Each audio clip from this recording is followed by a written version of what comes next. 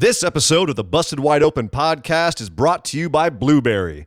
Blueberry offers the best media hosting, accurate listening stats, and their all-new PowerPress Deluxe sites, a no-setup WordPress website for your podcast with all the necessary links to share your show with the world built right in. If you currently produce a podcast and are looking for a better media host or looking to start a new one from scratch, head over to orbitaljigsaw.com/BWO and sign up for the best media hosting and a PowerPress Deluxe site to get your first month absolutely free. That's orbitaljigsaw.com/BWO, or just use the promo code BWO at checkout for your first month free. And with that said, enjoy the show. ¿Qué tal, amigos? Les habla el cero miedo de la lucha libre, Pentagon Junior, para mandar un saludo a todos mis amigos de este podcast. Y ya saben, puro cero miedo.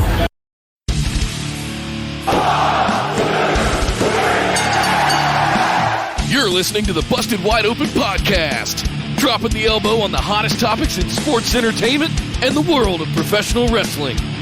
With your hosts, Nick Howell and Sir Ian Dangerous. Coming to you from the Orbital Jigsaw Network Arena in sunny Southern California.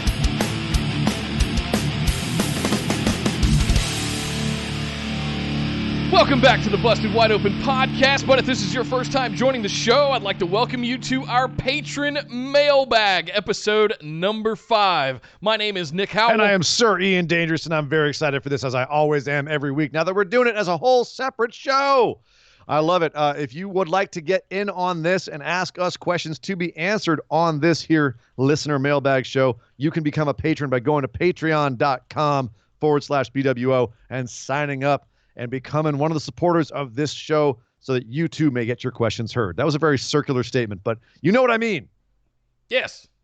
Patreon.com/BWO. Just sign up and you can ask your questions. It's easy as pie. We'll get to them every single week. You can also join us over on Facebook in our Busted Wide Open discussion group, where we that is the hub of our operation. So like our page, join the group. We hang out in there. We post fun memes, good news stories, have great discussions. And you'll also find a link in there to our Discord server, our up-and-coming wrestling community, where we have live chats and specific channels for every wrestling promotion, as well as dedicated channels for every single pay-per-view. So make sure you're in our Discord server as well. You can also follow us on Twitter and Instagram at BWO Podcast, and streaming live right here on YouTube at youtube.com/BustedWideOpen. Make sure you're subscribed to the channel, because we do put up events for our live streams every Tuesday at 8 p.m. Eastern and every Saturday at 3 p.m. Eastern, including this show that we also do every single Saturday, which is our Patron Mailbag episode dedicated to our listener questions that we used to have in the show. We've now broken them out into their own series.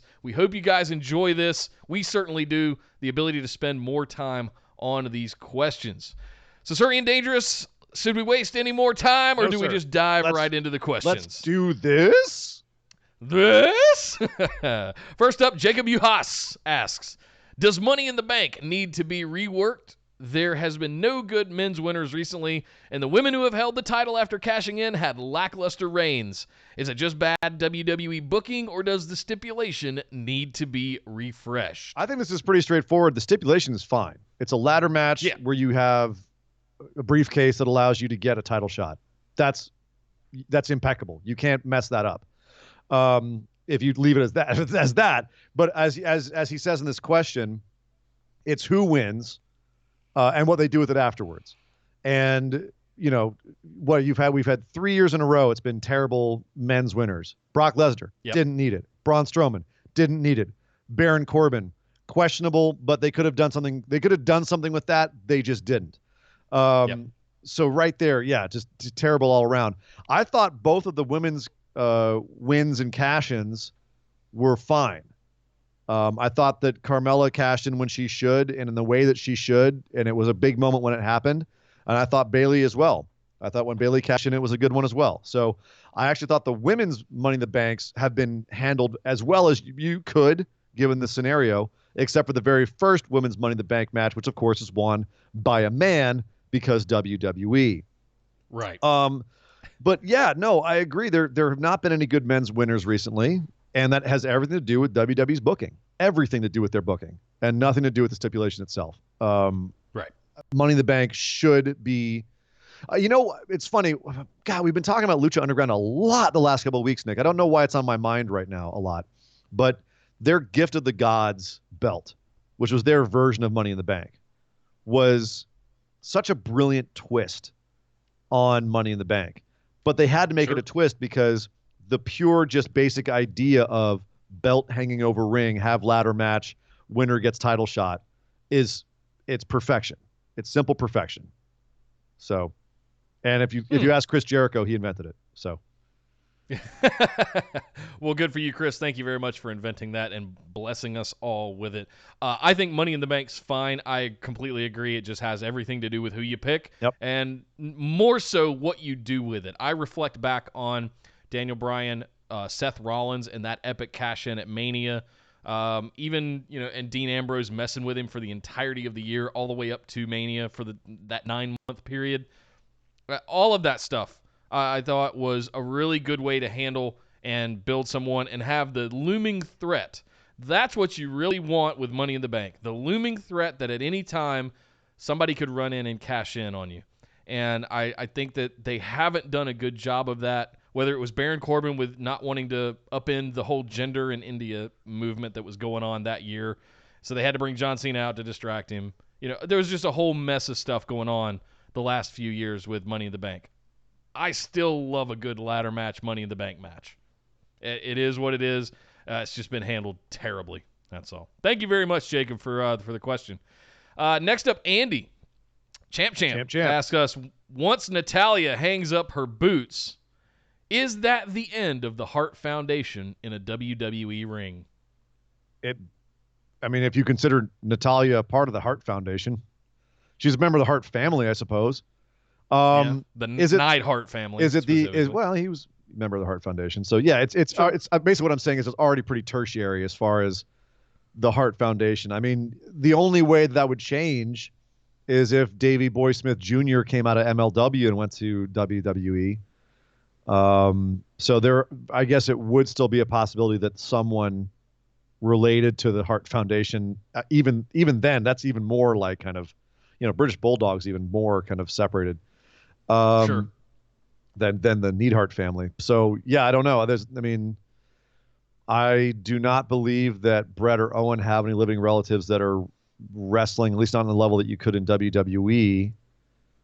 So yeah, quite possibly. She's the last one. Her and Tyson don't have any kids, and I don't know of any other extended family of the Neidhart family that's out there. So yeah, I think you might be right. Unless WWE gets into cat wrestling and some of her cats can wrestle for the... No? Right. Okay. No, sorry. No. Intercontinental Championship? Moving on. Thank you very much, Andy, for your question. Next up, Martin asks us if WWE bought out any other promotion in the U.S. and tried to do the invasion angle again, which promotion would you like them to do it with? Or would you just like a long-term Raw versus SmackDown versus NXT type of angle? Right now, what else is there in the U.S. that's on that level? Impact would be fun, but it would be kind of like the WCW that we got in the invasion angle, where there's like 2 or 3 really big stars, and everyone else I don't think the audience would react to. Ring of Honor is in a cesspool right now. MLW has some people that you could work with, like Davey Boy Smith Jr., like Jacob Fatu, but again, not recognizable really. AEW would be the obvious choice, but the whole point is that they are the big competition right now. If they did a invasion angle with AEW, there's a lot you could do there because you have a lot of ex-WWE guys in AEW. And the obvious storylines you could get from that, Jericho and Cody, etc. I think that just given the current landscape of American promotions, just having Raw, SmackDown, NXT is far more entertaining than anything else that you would get. Let AEW stay, out where it is. MLW, Impact, everyone else going to build up their own brands. And yeah, Raw. Look at SmackDown this week. I would rather watch NXT come in and look like that, even like obviously it's going to have to get competitive at some point, and NXT stars are going to get beaten. But if you can put on a Daniel Bryan and Adam Cole match like that within your own company, if you just have your own brands compete, why do you need to have any other brand, like buy out another brand and have that come in as an invasion? Exactly. So, you mentioned, you said specifically, Martin, if WWE bought out any other promotion, but I've been saying for the last couple of weeks, I would not be surprised if the Cons went up to Impact and said, how many zeros do you need on the check? I think it's fascinating, Nick, that you think that they're going to go after Impact as opposed to Ring of Honor, which seems to be more of a vulnerable. I mean, granted, they just got bought by Sinclair, which is a huge group, and I don't know how much value they see in Ring of Honor, but I think Ring of Honor at this point is more vulnerable, and a lot of the guys that are currently in AEW went through Ring of Honor very recently. As a businessman, sure, but as a businessman, they're not doing too well. If I'm going to buy the promotion instead of just try to buy out the individual superstars, that's a different But you story. buy the Ring of Honor, you buy the cachet, you buy the tape library, which is sure. you know. Sure. I get it. I totally get it. And it I just for some reason my gut's telling me AEW would go after Impact before Ring of Honor. So I don't know. It's a lot of the same guys over in Impact that these guys have worked with in the Indies with for a long time too, and it's easy relationships, easy chemistry, easy booking. Plus Impact and TNA and all of the stuff. Again, like you said, you get that whole back catalog of things. So I wonder if they do. Know. I don't know who even has all the TNA stuff now. I don't know if Impact has that catalog. They've been showing some of it, but I'd be surprised if they don't still have all of the stuff from TNA. Well, suffice it to say that my gut tells me Ring of Honor. Your gut tells you Impact, and I think it's the same gut that was telling you John Cena was going to win his number 17 at WrestleMania 2018. So I'm never going to escape that. Never. I rode that horse off the cliff for about 6 months. You Thelma and Louise is what you were. Right off that cliff. Thank you very much for the question, Martin. Appreciate it. Next up, Eric. If you could bring back Halloween Havoc, yes. Mm-hmm. If you could bring back Halloween Havoc on a yearly basis, how would you book it to get the most eyes on the product? Also, if you could throw in one old school gimmick match that we haven't seen in a long time, which one would it be? Jesus. First of all, can I say, Eric, Raiders, Raider Nation, baby. Second of all, Halloween Havoc, one of my favorite. I just love everything Halloween. So if you have a Halloween themed pay-per-view, I love it. How would I book it to get the most eyes on the product? I'd have Ric Flair and Sting versus the Great Muta and Terry Funk in a rematch of their Thunderdome match. Oh my God. No, I don't know. I'm just throwing that. Geez. How do you book it to get the most eyes on the product? It's funny. There's this whole thing going around right now about cosplay wrestling and cosplaying in wrestling.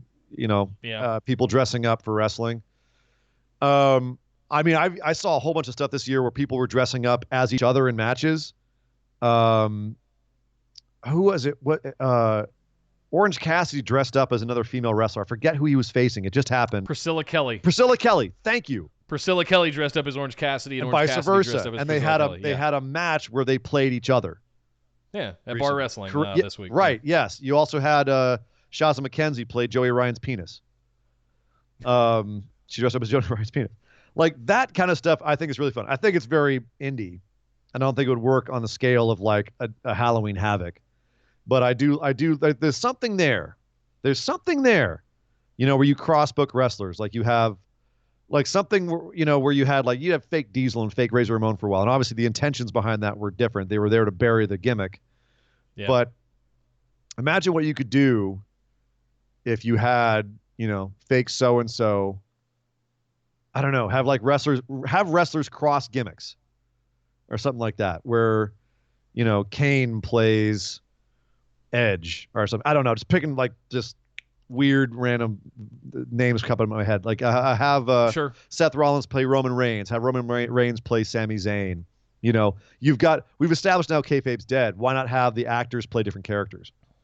Yeah, that could be interesting. The problem is you'd have to completely break kayfabe on the show for it, so it wouldn't really work. But it's just we've never done that before for charities or anything else, have we? That's true. Anyway, yeah, I don't know. Like a charity thing. But I Sure. don't think that's like, if I was going to be serious about it, that would not be a serious way to book it, you know. But definitely like have it Halloween themed right there. Just like bring in some of the tropes of Halloween, like jack-o'-lanterns and candy, and just stuff. Right. How do you put razor blades in candy and throw somebody into a bucket of candy with razor? I don't know, just stuff like that. And as far as like a I look gimmick at the match, as a gimmick match, like if it's a gimmick match, old school gimmick match we haven't seen in a while, how about a buried alive match or a casket match? Sure. Yeah. Goes with the theme. I don't know. I was looking at one of what was the last one, like 98 is the one I was looking at. We had Hogan and Ultimate Warrior. We had Diamond Dallas Page, DDP versus Goldberg, I think was the main event of that show. Bret Hart and Sting. What, in 98? So there were some good matches on that card. I mean, Hall and Nash, No, they had them all the way up till it closed in 2000. It was Goldberg versus. For some reason, I thought they ended in 98 or whatever. It was like Goldberg versus Chronic in one of them. And this article I found on Sports Illustrated, and they titled it "The Worst Wrestling Shows Ever: Halloween Havoc '98." And I'm like, I don't remember it being that terrible, but it might have been. Whatever. Gimmicks. I'm gonna throw pumpkins. Well, why would you book stuff like that Goldberg versus DDP? It's a dumb idea to begin with. Anyway, all right. We could go on. Maybe we could do a whole show on Halloween Havoc '98. Absolutely. Oof. Thank you, Eric, for the question. That was a good one. Josh Logan asked, waited until after Crown Jewel to ask my question, so here goes. Oh, boy. Uh-oh. WTAF. I'm going to give you the abbreviated version. PG. PG show. Yeah. That being said, now they've shown they have no idea how to handle the Fiend or stop themselves from whipping it out and flopping it on the table. Do you think Bray screwed himself here? He's always been misused and misunderstood in the WWE, and this gimmick could be gold anywhere he took it.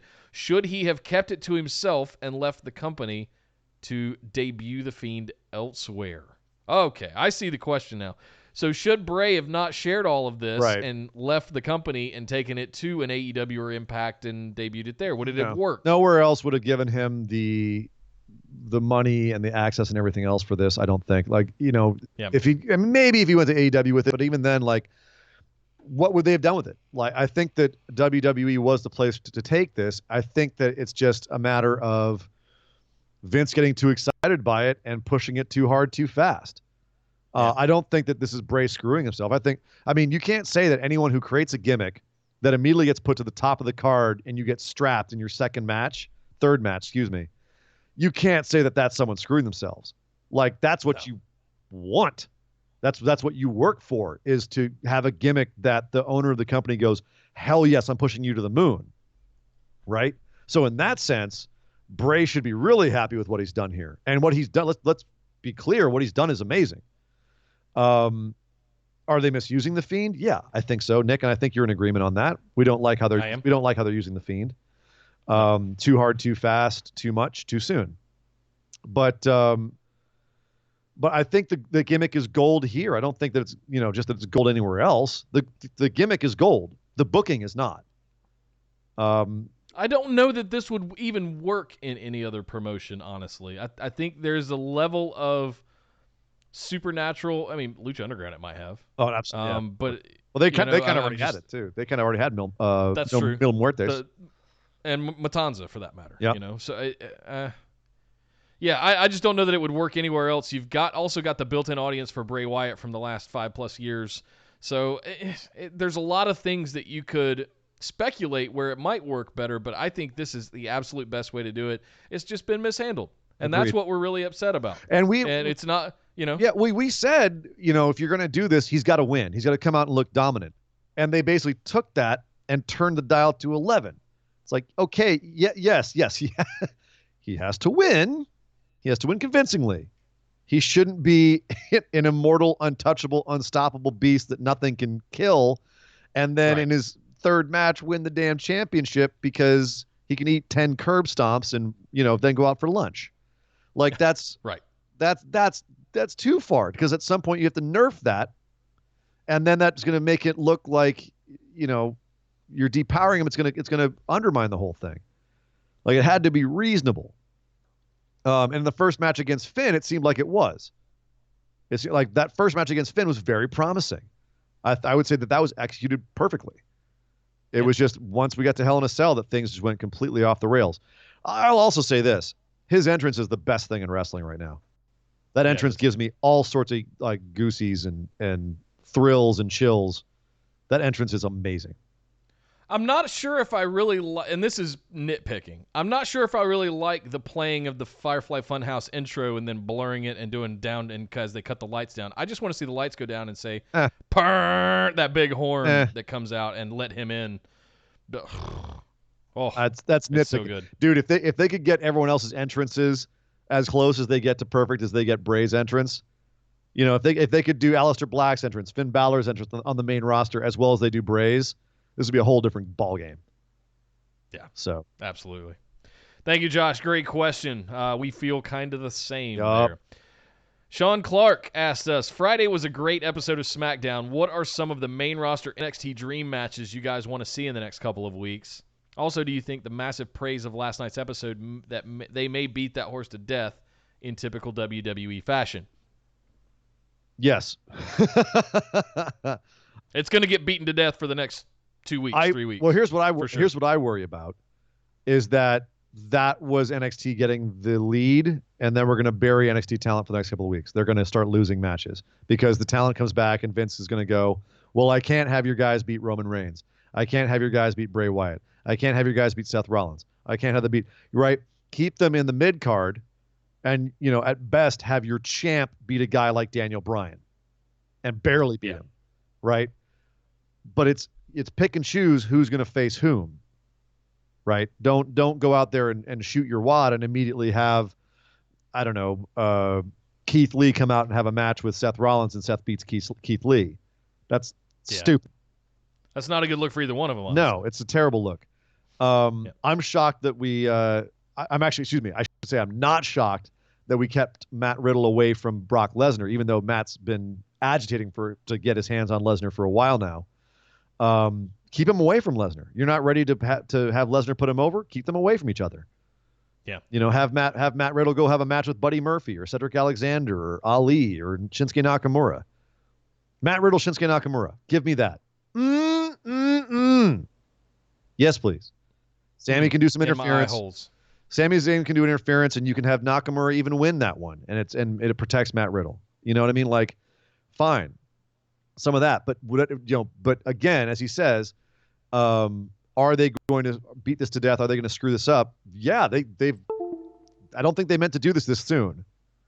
And my real curiosity is to see if they're going to have main roster invade NXT, because that would be crazy.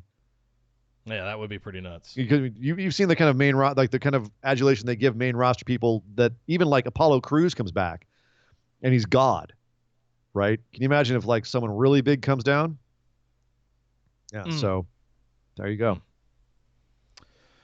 For me, I got to see one of my dream matches this week, and it was Adam Cole and Daniel Bryan. I was wondering when we would get that one, and I'm very surprised they gave it away on TV. I hope that has legs, and I hope that we get to see more of that in the future. So that would be my one. I mean, you mentioned Matt Riddle going up against other MMA guys. That could be really good as well. I did like that we saw Cain Velasquez mostly doing shoot fighting, MMA fighting style against Brock Lesnar. They looked to be doing takedowns and corner stuff, and that if they really get the crossover right, and they have these MMA guys fight against each other, my biggest concern is that they actually end up in a real fight. Like somebody hits somebody the wrong way and they snap, right? They're professionals, man. Anyway. They're pros. They get it. All kinds of stuff. I got some other ones for you. What about Samoa Joe versus Matt Riddle? Or Samoa Joe versus Bobby Fish or Kyle O'Reilly? I know he's injured, though, is the only problem. I hope we get to see it in NXT. I would love to see Kyle O'Reilly and Matt Riddle have a run. Those two just going at each other submission style and all the different martial arts style. You want to get a little chubby here? Who are the champs right now? The tag team champs. The tag team champs. Oh, Undisputed Era. And what? Viking? You're talking about the OC? Viking Raiders. Or Viking Raiders. And the Revival. That's coming at Survivor Series, Nick. War Machine Revival and Undisputed Era. Oh Yeah. my God. That's not a fancy. That's likely going to happen. Oh man. So, Josh in the chat said Samoa Joe and Keith Lee, and I'm all in on that one. that'd be great. That would be great too. Man. Any of the here's one: Johnny Gargano and Chad Gable. Totally. I mean, Totally. we've already seen Gargano Ricochet, and that was nuts. So, yeah, there's a lot of beautiful possibilities. The point is the future is very bright for WWE based on what they've got down in NXT coming our way. Sean also said, you guys are fantastic. Everyone should be subscribed on YouTube. Jump on the Patreon bandwagon because asking the questions that drive me crazy is totally worth it. Thank you very much, Sean. Rhea Ripley, Thanks for being Charlotte. an awesome Rhea patron. Ripley, Charlotte, dude. Rhea, it's going to happen eventually. Not until we get Rhea Ripley, Tony Storm. Sorry. Oh, God. Thank you, Sean. Next up, Will James. Throwback kind of question, mostly for Nick. Also wondering what Ian thinks, however. I'll sit back. It's fine. Do we see John Cena return at some point to break the tie for the title record? See, they don't His forget lack either. of It's not just me. man, It's not just me. his lack of involvement lately makes me doubt it. But then again, The Rock came back for a year and took it off Punk.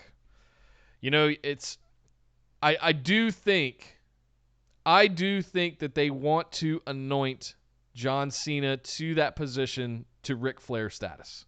I do think that they want to ultimately do that. I don't think it's going to happen anytime soon. So your mind has changed now.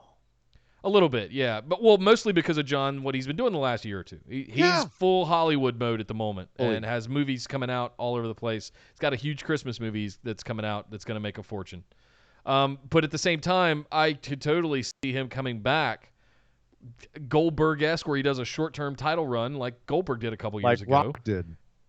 Like Rock did against Punk. So the possibility is always there. There's still, I don't think anybody in the world that's in better shape than John Cena. You know, that dude stays in shape.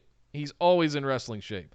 So if he gets a haircut and comes back and stops looking like JBL and actually goes for a title run, yeah, maybe. Could. I mean, it took The Rock, 8 years to come back? He went off to Hollywood for 8 years. So who knows how long Cena will go. It's something that is based in momentum when it comes to Hollywood. Like, it's what have you done lately is how Hollywood operates. And so if he wants to get any kind of foothold in Hollywood and become a movie star, he can't go back and forth. He can't vacillate. He's got to be pedal to the metal, always be working. If he has a movie that fails, he has to come out with a movie that succeeds the next time. So, he can't be going back and doing stuff for WWE. They're fine without him.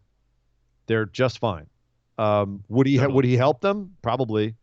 But at the same time, he's not getting younger. He's got to build his life outside of WWE, and they're letting him do that. Could he return at some point? Absolutely. The Rock did. Like Will said, The Rock did. John Cena theoretically could. Should he? I can't stand that crap when that happens, but it's WWE, and it would make them a lot of money if Cena went and became a big movie star and then came back and won his number 17, and it was a huge deal. That would be a huge moneymaker and get a lot of eyes on the product. So I would understand why they did it. I just would be rolling my eyes so hard I would see the back of my head.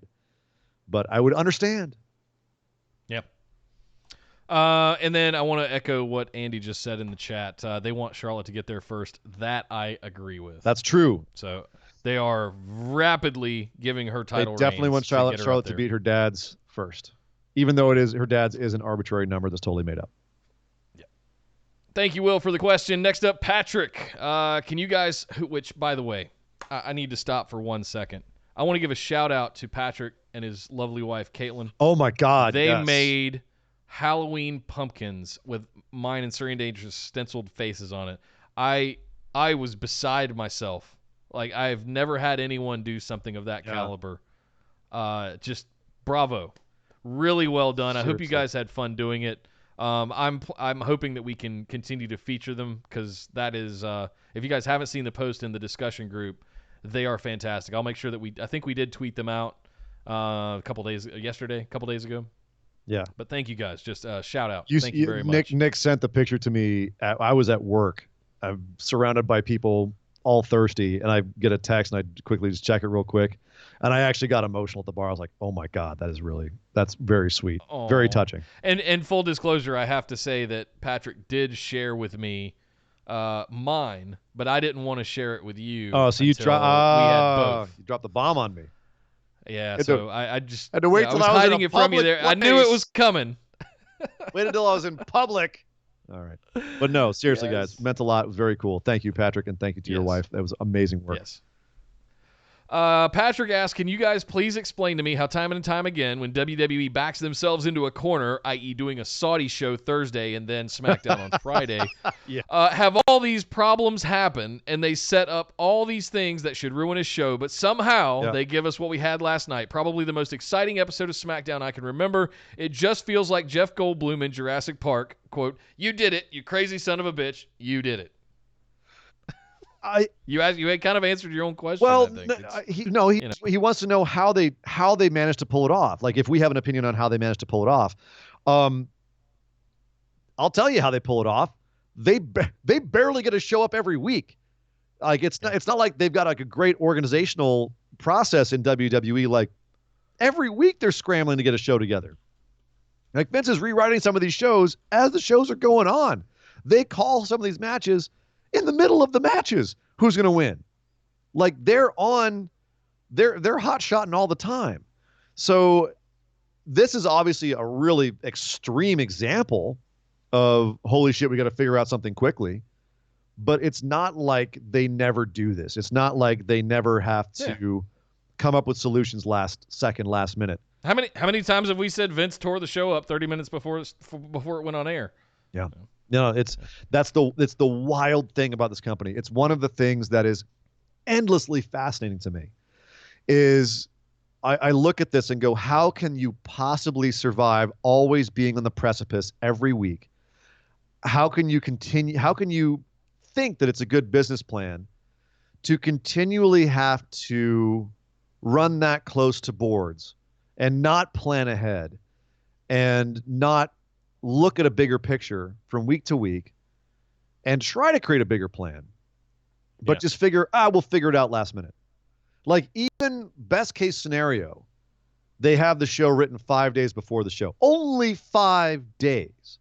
And they pretty much, Vince mostly only thinks about the top of the card, and the undercard is an afterthought, which is why so many people are just sitting back there and catering, because like week to week, they're like, we don't have anything for you, because when they're running so close to boards, quickly we got to throw together a segment. We'll just do another Lacey and Natalya match. They're in a feud. Just have them go out and do a match, right?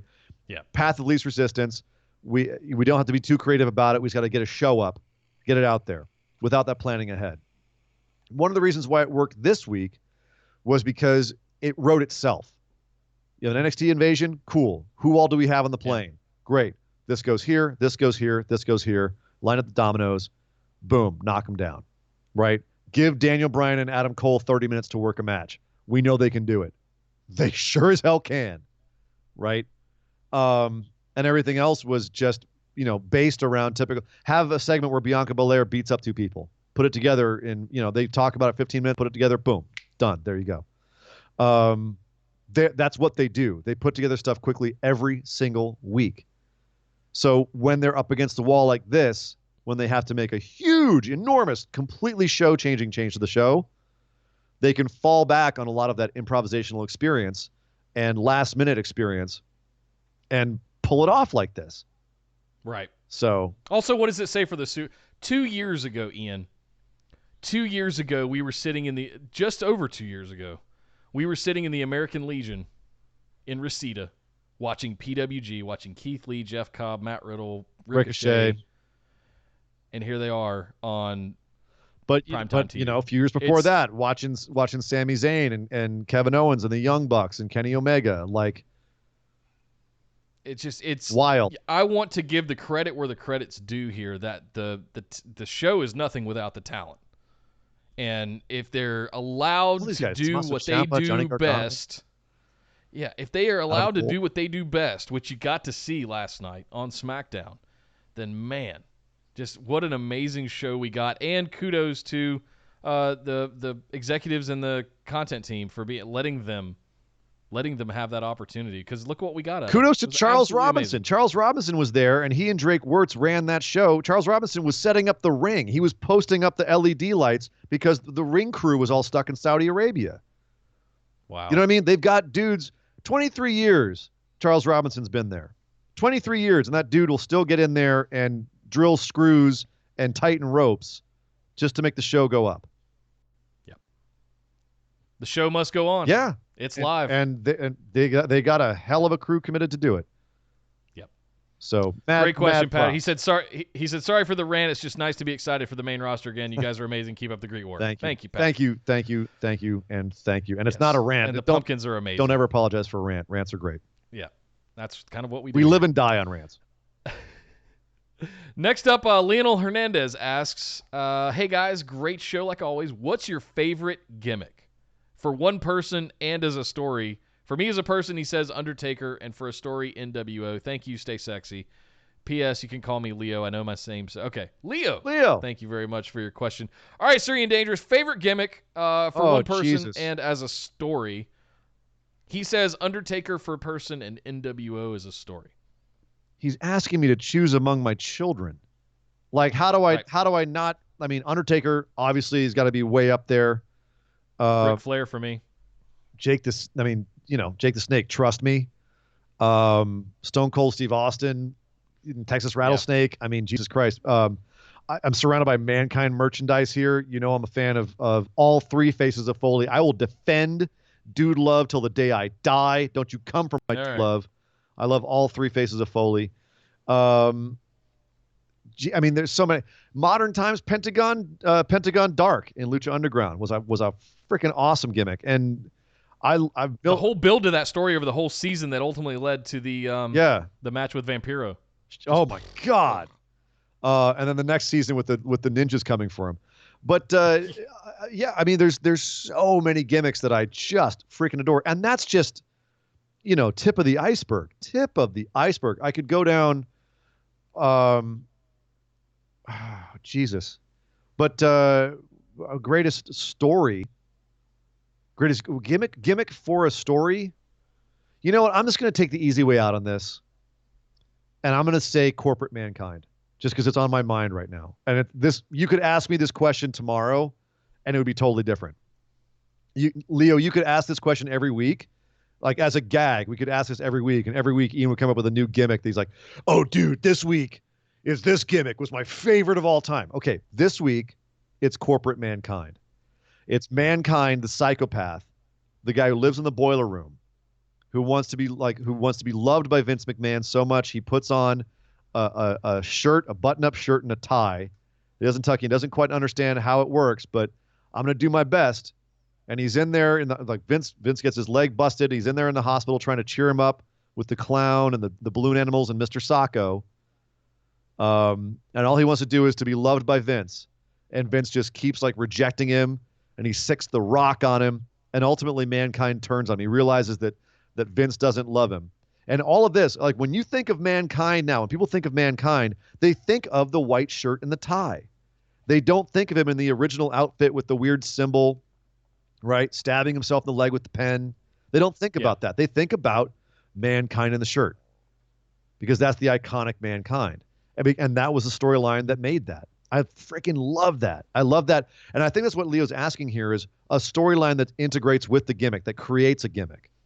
Right. Oh, that's a good way to put it. You know what I mean? Where the storyline, the gimmick, the NWO was created by we're going to call this the New World Order. We're the outsiders. You know who we are. We're Scott Hall and Razor Ramon. Not anymore. I'm Scott Hall. I'm Kevin Nash. Right. You can just Hulk Hogan. Now you can call us the New World Order, and it became the whole NWO storyline. But it started off with a gimmick change.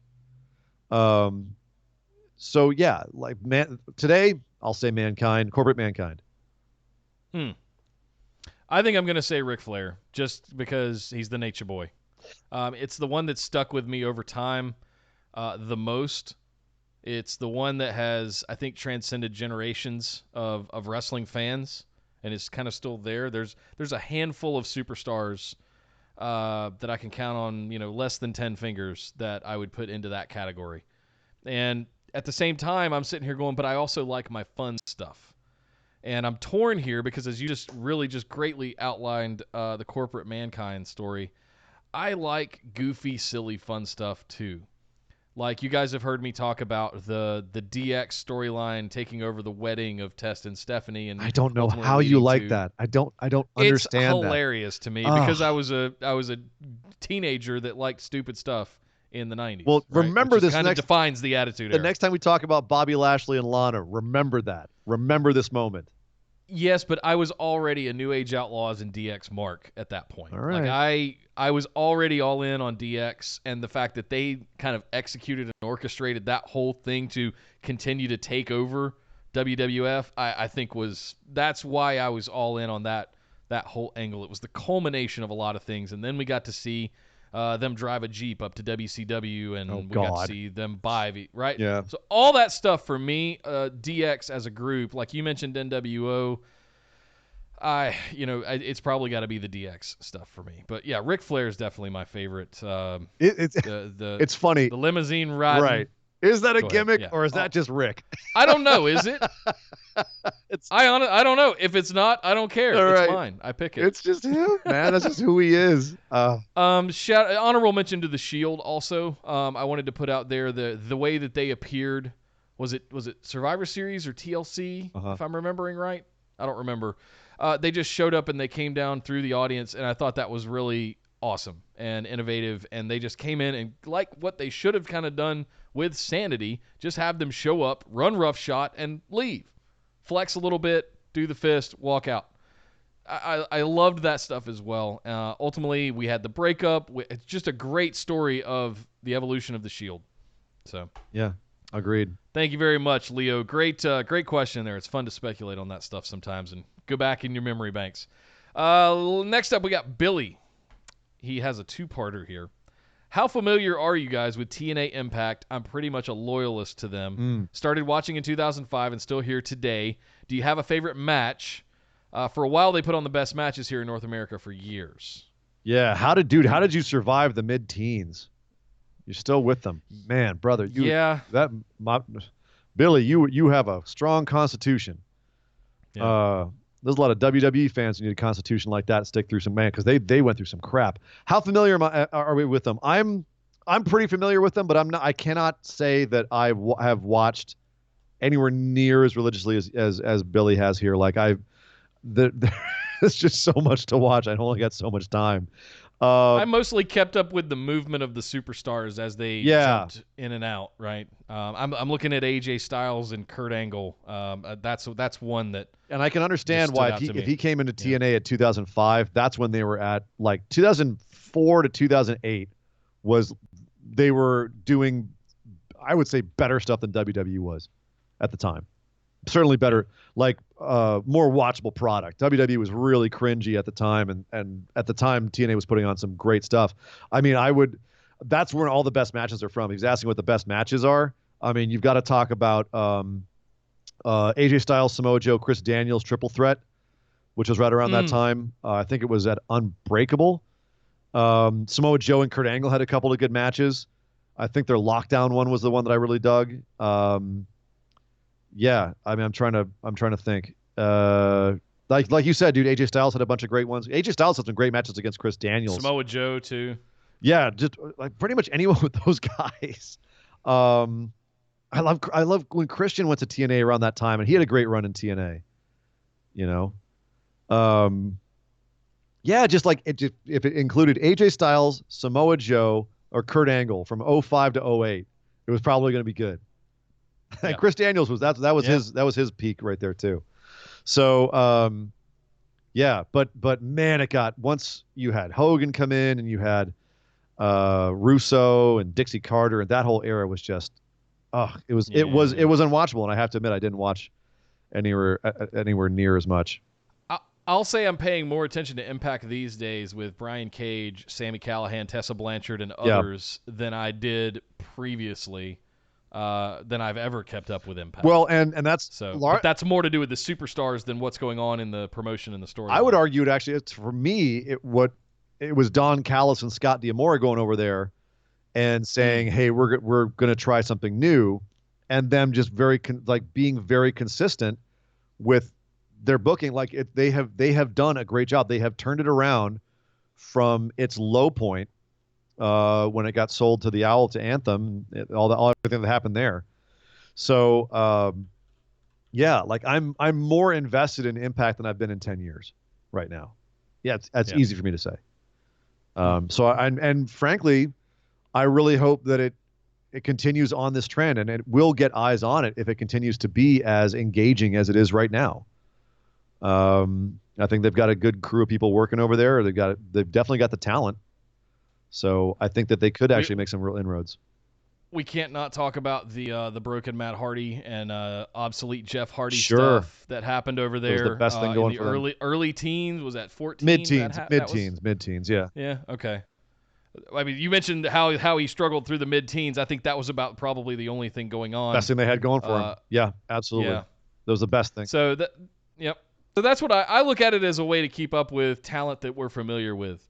It's not a show that I've ever personally invested in watching. I've mostly been a WWE mark my whole life, and have recently gotten more and more into some of the other stuff like New Japan. Since doing this show with you, it's New Japan, NXT, WWE, and now AEW, of course. So I'm actually thinking about it back in it. I think the really dark times for TNA was like the early teens, like 10, 11, 12 around there. And then it started getting decent in the mids.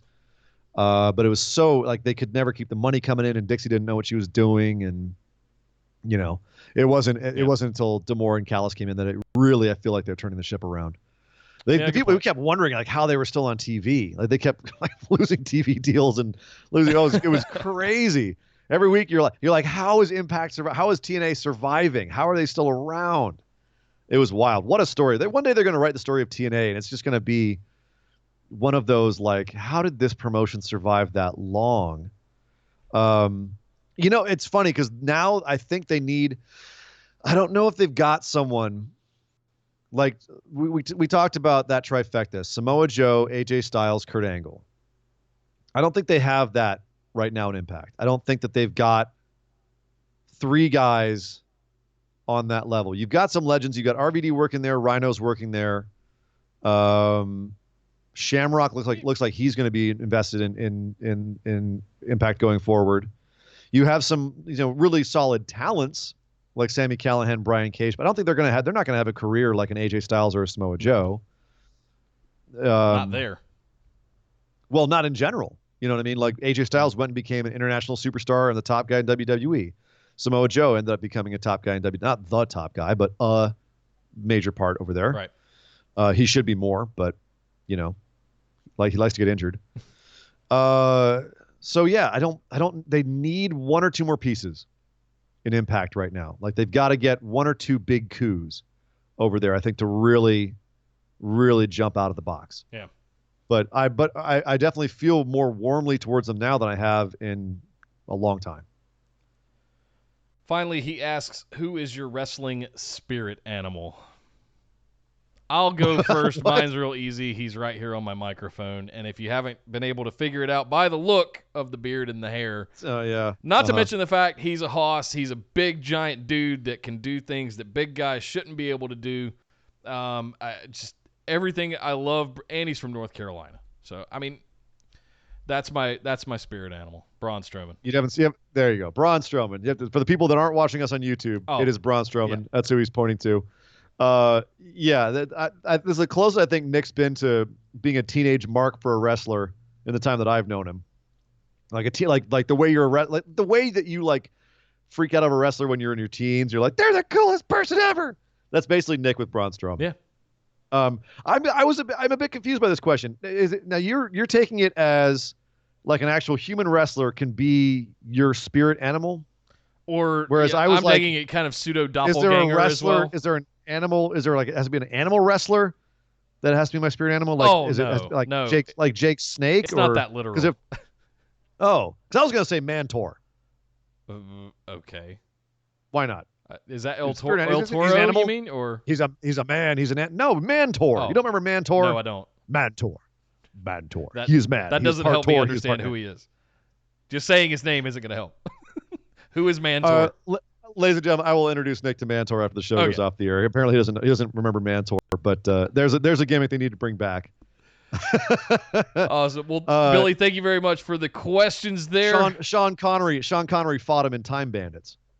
There's a reference for you. Oh my God, I haven't seen Time Bandits in like 30 years. Oh, Showing Time my Bandits age. is so good. Oh man, So now good. I have to go watch Time Bandits. Yeah. All right. Thank you, Billy, for the questions there, and we're gonna end Mantle. things on an interesting note here. And I wanted to save this one for last. She accidentally posted it in last week's thread, but we're gonna throw it up here. Mantor. It's not Mantor. Oh, okay. Esme Stand-In Bear asks, screw it, I'm going to try to get my question in. If you guys had more patrons, more followers on YouTube, let's say 20K, what would be some of your goals, or what would you guys want to do more of? Lots of stuff. The list is long.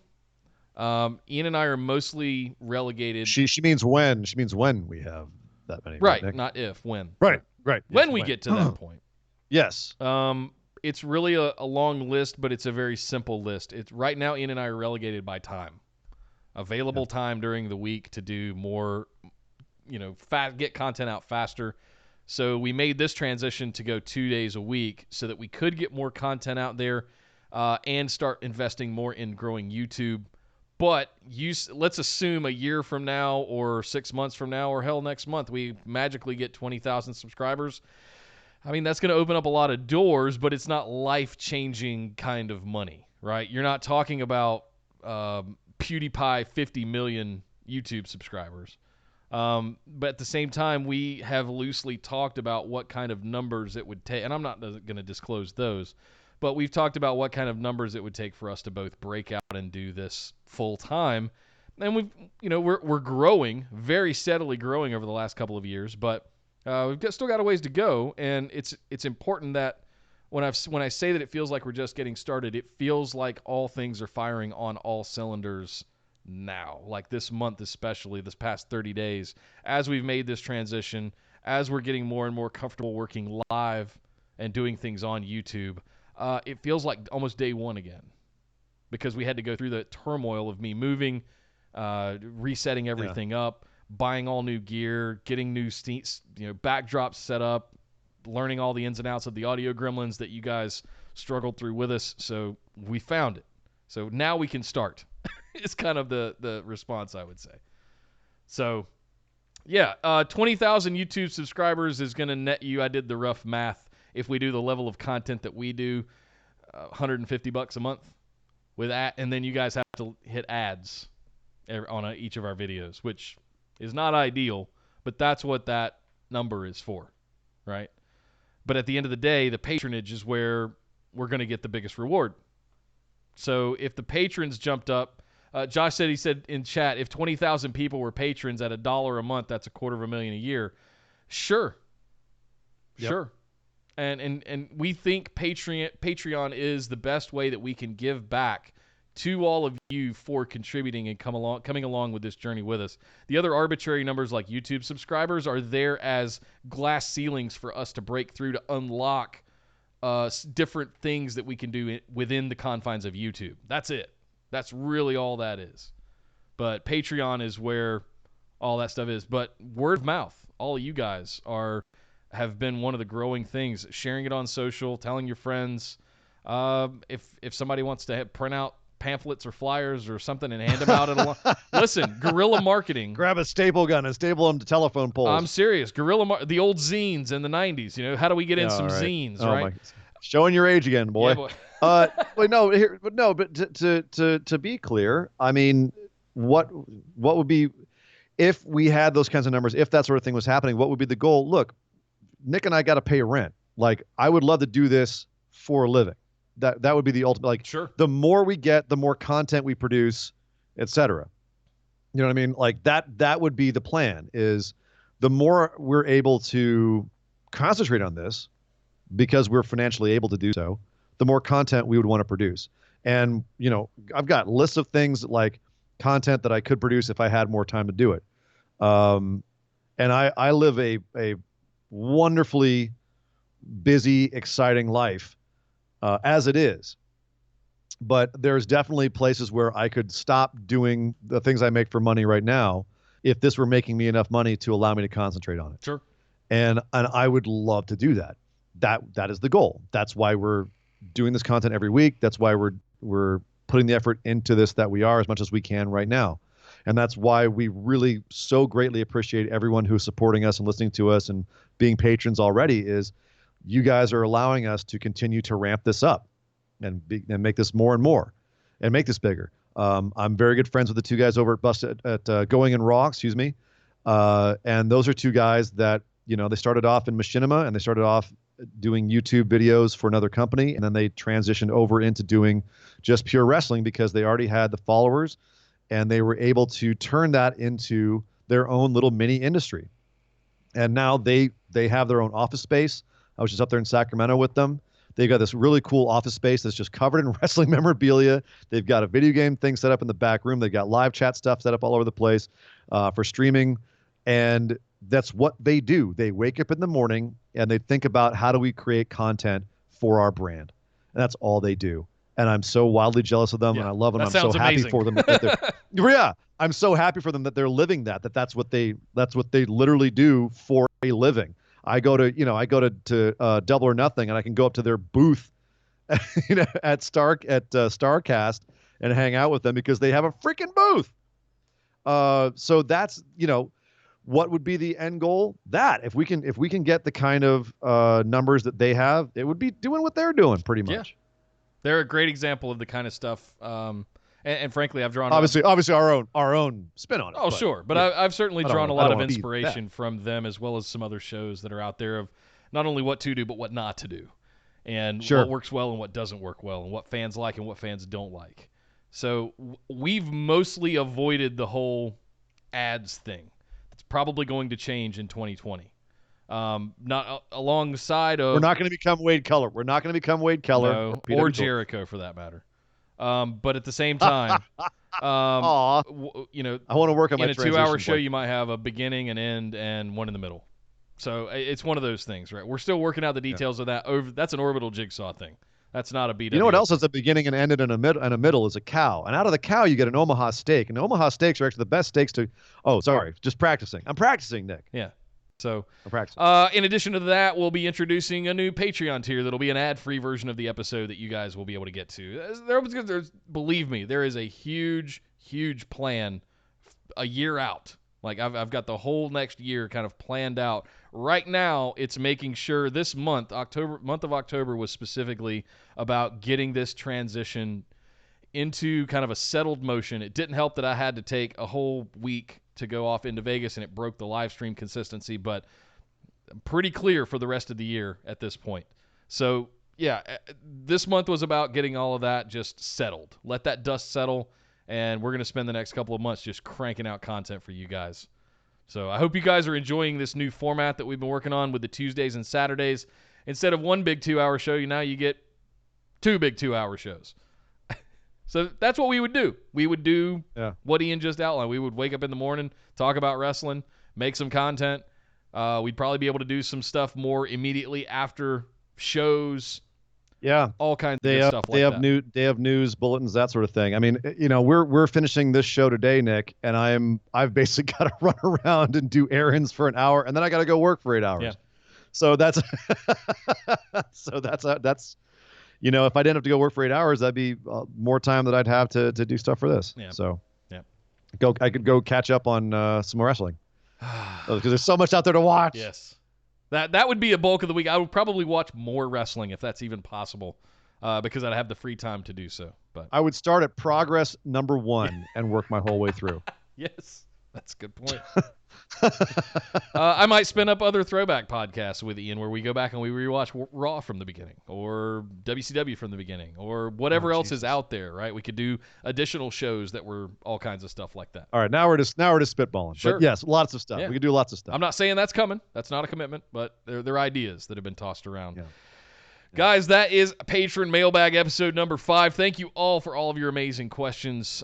We love the support, and it's you guys that are able to answer those questions that keep this machine going for us. Thank you very much for all your support. And if you're listening and you're not a patron yet and you're looking for some value, head over to patreon.com/BWO. Check out our tiers. If there's not something in there that fits, you can always just use the tip jar at the top and just throw a couple of bucks in for your hosts. That works as well. But my name is, I'm sorry. I messed up there. We're live. We keep going. Patreon.com/BWO. Make sure you sign up for one of those. You can get your listener questions in every single week. You can also come over to the Busted Wide Open discussion group on Facebook. It is the hub of our operation over on that side of things. Make sure you also join our Discord community, our budding little group on Discord that is doing live chats all throughout the week for every single wrestling show out there, as well as dedicated channels for all of the pay-per-views across the pro wrestling landscape. You definitely want to get in there. It is a good time. You can also follow us on Twitter and Instagram at BWO Podcast, streaming live right here on YouTube at youtube.com/BustedWideOpen. Make sure you hit that subscribe button and jingle the little notification bell so that you get notified anytime we put up new content, schedule new live events. We are on that race to 1,000 YouTube subscribers. So, as we were just saying, continue the growth. Please share with all of your friends and across social media that we are growing. So, I think we're just shy of 400 right now. So, we got a little bit of ways to go, but we're getting there. Thank you guys also for all of the sharing and support that you guys throw out there for that. But make sure you guys are subscribed to the YouTube channel if you're listening and not watching on YouTube. You're missing out on some fun live chat as well. But my name is Nick Howell. You can find me on Twitter at Data Center Dude. And I am Surrey and Dangerous. You can find me on Twitter at Surrey and Dangerous. But my God! Would somebody stop the damn match? This show is part of the Orbital Jigsaw Network. For more episodes, subscribe to us on